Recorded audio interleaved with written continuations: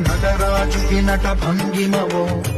తన తోంతన శంకరునికి సంకీర్తనవో